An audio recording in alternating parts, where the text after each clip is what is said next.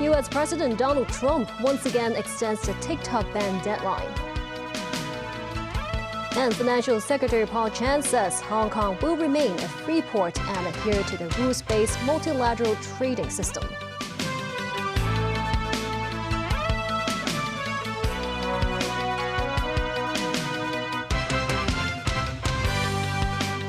Good evening, and thank you for joining us. US President Donald Trump has extended the TikTok ban deadline for another 75 days. A deal on selling the popular video sharing app to a non-Chinese company has been put on hold amid Beijing's retaliations over Trump's new round of tariffs. Danny Zhou reports. The TikTok ban in the United States is delayed again, just one day before it was set to go into effect. Donald Trump said on social media that he will be signing an executive order to extend the deadline another 75 days to June the 19th, as he seeks to broker a deal to bring the platform under American ownership. The US president says his team has made tremendous progress in their deal-making efforts. He said they do not want TikTok to go dark. Sources familiar with the matter said TikTok's Chinese parent company ByteDance, US TikTok investors and the Trump administration had agreed on a tentative spin-off deal. It is reported that the deal would see certain American venture capital, private equity funds and tech giants take control of TikTok's US assets. And ByteDance would maintain a minority position with a stake of 20%. While Trump was expected to sign the deal off in an executive order this week, Beijing hit the brakes following Washington's 34% reciprocal tariffs on Chinese goods. ByteDance representatives reportedly informed the White House that there will be no deal until negotiations about trade and tariffs. In the early hours of Saturday, ByteDance announced that they are engaged in talks with the American government on a potential solution, with no agreement reached. The company said there are key matters to be resolved. Any potential deal must undergo review procedures in accordance with Chinese laws. Danny Zhou, TVB News. China's automotive and express delivery industries have condemned the levies for disrupting the global supply chain while placing additional burden on consumers worldwide. The U.S. announced additional tariffs of 34% on goods from mainland China and Hong Kong. The Chinese embassy in the U.S. criticized Washington's tariff policy for having violated the World Trade Organization rules. A spokesperson said the tariffs undermine the multilateral trading system and the balance of interests after years of multilateral negotiations.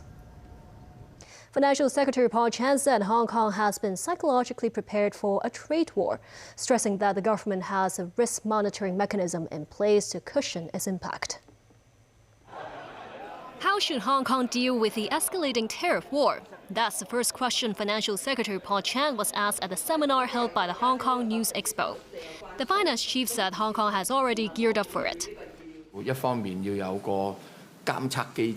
Paul Chan said Hong Kong will have a monitoring mechanism in place to identify the latent risks that may threaten the financial system. Using an analogy, Chan said the city needs to have a strong buffer, which helps cushion the waves that batter ships and allow the vessels to stay afloat. He said regardless of the industry, the business environment is constantly changing, and one must keep up with the changes and adapt to changes. Chan added Hong Kong should be aware of whether the tariff war will slow down global economic development. When asked if Hong Kong would toe Beijing's policy and take countermeasures against Washington's tariffs, Chan said the SAR as a free port will adhere to a free, open and rules-based multilateral trading system, and that is Hong Kong's core strength and shall not change. Chan said Hong Kong will fortify its defense against the U.S. move but will maintain its open economy. The lines of defense, he said, include encouraging Hong Kong enterprises to expand into emerging markets in the global south.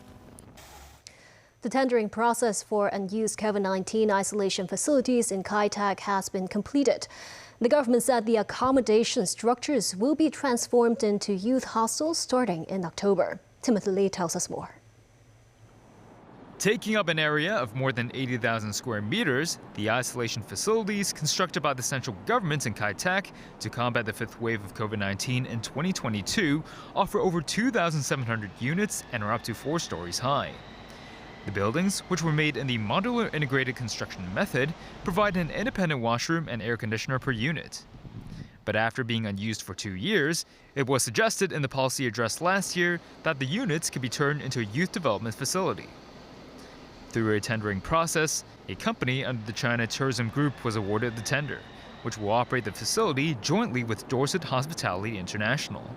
60% of the facility's total gross floor area will be transformed into a youth hostel, with organizers noting that cultural, sports, and international exchange events will be held on the premises over the course of the 5-year lease. Secretary for Home and Youth Affairs Alice Mack expected the youth facility to enter into service in October at the latest, adding that the Kai Tak site should be used as a hub for youngsters to engage in creative discourse.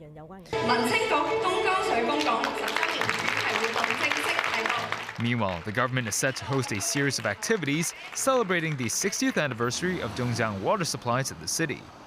Besides art installations, authorities have also planned tours in the mainland for young people to see the water supply infrastructure. Alice Mack said the government will organize youth tours to the source of the Dongjiang water supply later this year to remind the younger generation of the importance of drinking water.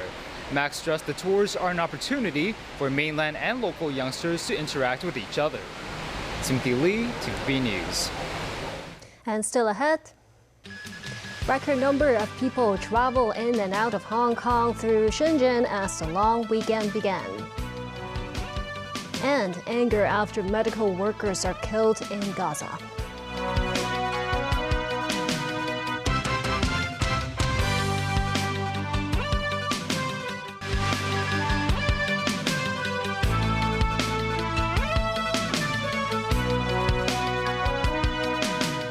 Welcome back. Figures released today show a record-breaking 1.04 million people traveled across the mainland border during Qingming Festival yesterday. Timothy Lee reports. Scores of residents and tourists flocked to the Hong Kong mainland border on Friday as many made their way across the country for the annual Tomb Sweeping Festival. Border authorities at Shenzhen reported a total of 532,000 travelers entering the city and 507,000 leaving it yesterday, beating a previous record high set in April 2019, surpassing that figure by 30,000. The daily traveler tally at the Futian and Shenzhen Bay ports also reached a new high since the city's return to post-COVID normalcy. Meanwhile, a record-breaking 13,000 vehicles traveled across the Hong Kong-Zhuhai-Macau Bridge throughout Friday. The Transport Department expected an increase in cross-border tourists returning to Hong Kong via the various land border control points on Saturday and Sunday. The government expects a longer waiting time for public transport and has notified operators to strengthen services. Timothy Lee, TVB News. As Israeli troops expand control of ground in northern Gaza, the International Red Cross and Palestinian Red Crescent demand to know how 15 medical workers were killed and buried in Gaza this week. David Garrett reports. This is Israel's 401 Brigade hunting down Hamas. Israel says it is expanding ground operations in Gaza City and in the north. Evacuation orders are in place. There is concern among international groups that the IDF is not doing enough to protect civilians, heightened this week by the discovery of a mass grave of 15 medical responders. The UN's Office for the Coordination of Humanitarian Affairs dug through debris to find them buried alongside mangled but clearly marked emergency vehicles. The UN say the workers from Gaza's Civil Defense, UNRWA, and 8 employees of the Red Crescent were killed by Israel. I heard the voice of one of those team members who was killed, and his phone was found with his body, and he recorded the whole event. His last words before being shot: "Forgive me, Mom. I just wanted to help people. I wanted to save lives." This session moderated by the International Federation of the Red Cross and Crescent, whose observer expressed anger for the organisation's deadliest day since 2017. These dedicated ambulance workers were responding to wounded people. They were humanitarians. They wore emblems that should have been protected. Their ambulances were clearly marked and they should have returned to the families. They did not. Civilians must be protected. Humanitarians must be protected. Israel is investigating the incident as it also comes under pressure from the UN Agency for Palestinians for killing more than 100 children since renewing its attacks on Gaza last month. David Garrett, TVB News. Tibet's first electrified railway linking Lhasa and Yanqi opened about 4 years ago. As 90% of the route is higher than 3,000 meters above sea level. The oxygen equipment in the truck was specially designed. Samantha Lee tells us more.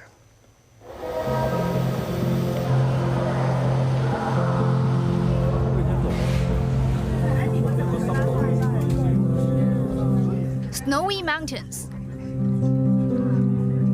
woods, rivers. These road-class scenery are the signatures of the Lhasa-Linqi Railway. With a total length of 435 kilometers connecting Lhasa and Linqi, this is the first electrified railway in Tibet. It has a maximum speed of up to 160 kilometers per hour. The railway has been open for more than 4 years. As of February this year, it has carried approximately 3.7 million passengers and transported 1.30 million tons of cargo. 以前没有车的时候是这个是公路上走。 Baima Wangdui, the head of Lhasa Railway Station's passenger transport statistics section, said before the construction of the high-speed railway, people used to drive on the highways. He said it could be quite dangerous to drive on the edges of mountains. Located in a southern Tibetan valley between the Gangdas Mountains and the Himalayas, 90% of the route was higher than 3,000 meters above sea levels. In a bid to take good care of passengers, the oxygen equipment in the compartment was specially designed. 现在咱们可以看到这个上面这个夹层啊。 Luo Yuling, the head of the technology section of the Science and Information Department at China Railway Xinjiang Group, said oxygen is diffused inside the compartment, or passengers can intake oxygen from the bottom of the seats. It takes around 3.5 hours to travel from Lhasa to Linqi on this high-speed rail, which is an hour faster than driving on the road. Samantha Lee, TVB News. Located in Beijing's iconic central axis, the 600-year-old Zhengyang Gate Aero Tower earlier reopened after being off-limits to the public for 3 decades. Danny Zhou reports. The iconic green glazed roof ridges are among the architectural hallmarks of the Zhengyang Gate Aero Tower. That's part of the extensive fortified gate complex that forms its imposing presence atop the hill. Built in 1439 during Ming Dynasty, the Aero Tower regained its luster after years of restoration efforts. It is the tallest Aero Tower in Beijing, built by the Ming government in order to beef up the defense capacity of Beijing. Its 12-meter-high terrace and its arched doors set themselves apart from other towers. This, as it is the only Aero Tower in the inner city of Beijing that comes with such a design. 24 meters high and 62 meters wide, the Aero Tower boasts 4 floors with a total of 94 aero windows in east, south and west. From the 4th floor, you're greeted with the panoramic view of Qimen Street. This Beijing resident said, apart from the sense of novelty, he was awed by the majestic craftsmanship.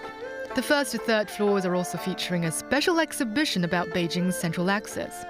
It showcases the rich piece decoration used on the roof ridge and the roof tiles.